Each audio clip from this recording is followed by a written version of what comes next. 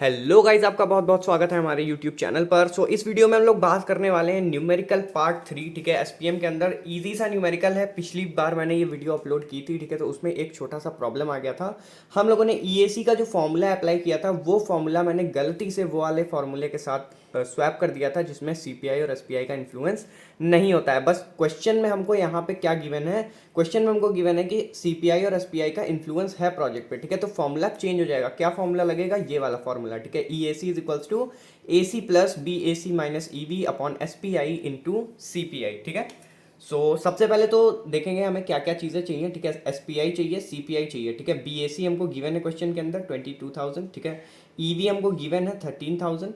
S P आई और सी P I calculate करना है, एक्चुअल कॉस्ट हमको गिवन है 15,000। ठीक है, तो सिंपल सा फॉर्मूला है, कैसे करते हैं इंप्लीमेंट मैं बता देता हूँ। E V upon P V. ठीक है, एस पी आई का फॉर्मूला होता है E V upon P V, यानी earned value upon planned value. तो इनकी वैल्यूज को पुट करते हैं, तो अर्न वैल्यू कितना है हमारा 13,000, 1 2 3। ठीक है, और प्लान वैल्यू हमारी कितनी है 14,000, 1 2 3। तो जब इसको आप सॉल्व करोगे, ठीक है, तो ये वैल्यू आ जाएगी 0.92, 0.92। ठीक है, इसी तरीके से सीपीआई कैलकुलेट करने के लिए फॉर्मूला क्या होता है, earned value upon actual cost. तो ईवी कितना है यहाँ पे 13,000। ठीक है, तो 13,000 यहाँ पे लिख देते हैं। देन हमारा जो एसी है वो कितना गिवन है यहाँ पे 15,000, 1 2 3। इसको जब आप सॉल्व करोगे, ठीक है, तो आपकी वैल्यू आएगी 0.86। ठीक है, 0.86। तो यहाँ पे एस पी आई और सी पी आई हमने कर लिया है कैलकुलेट। अब क्या करना है, अब सारी वैल्यूज को उठा के इस फॉर्मूले के अंदर रख देना है, हमारा ई ए सी कैलकुलेट हो जाएगा। सो ए सी हमको कितना पता था यहाँ पे 15,000। ठीक है, तो 15,000 आ गया, प्लस बी ए सी कितना गिवन था 22,000, तो 22 1 2 3, माइनस ई वी कितना 13,000, 1 2 3। नीचे क्या वैल्यू आएगी 0.92 इंटू 0.86। ठीक है, C P I into S P I. इसको जब आप सॉल्व करोगे तो आपका जो ई ए सी है, ठीक है, ई ए सी की वैल्यू है दैट विल कम अप्रॉक्सीमेटली 26,375.12। ठीक है, अप्रॉक्सीमेटली इतना आएगा, इसी के आसपास आपकी वैल्यू आएगी 26,375.12। ठीक है, तो ये हमारा ईएसी की वैल्यू आ गई। इसके बाद हमको क्या करना है, सेकंड पार्ट में हमको वेरिएंस एट कंप्लीशन कैलकुलेट करना है। ठीक है, वीएसी का फॉर्मूला क्या होता है, बहुत सिंपल है।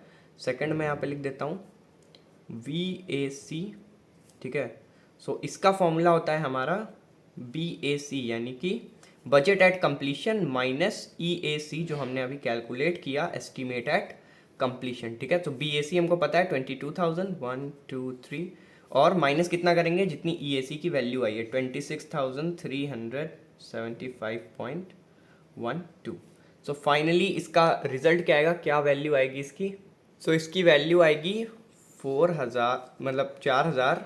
ठीक है, 375.12, यानी कि 4,375.12। ये हमारा आ गया V A C. I hope आपको समझ में आ गया होगा ई ए सी और वी ए सी में क्या डिफरेंस है और कैसे हम इसको कैलकुलेट करते हैं। क्वेश्चन इजी सा है, एग्जाम में आने के चांसेस तो वैसे काफ़ी कम है, बट क्योंकि पी वाई क्यू में पूछा गया था 22 और 23 में, इस वजह से इस क्वेश्चन को मैंने इंक्लूड किया है।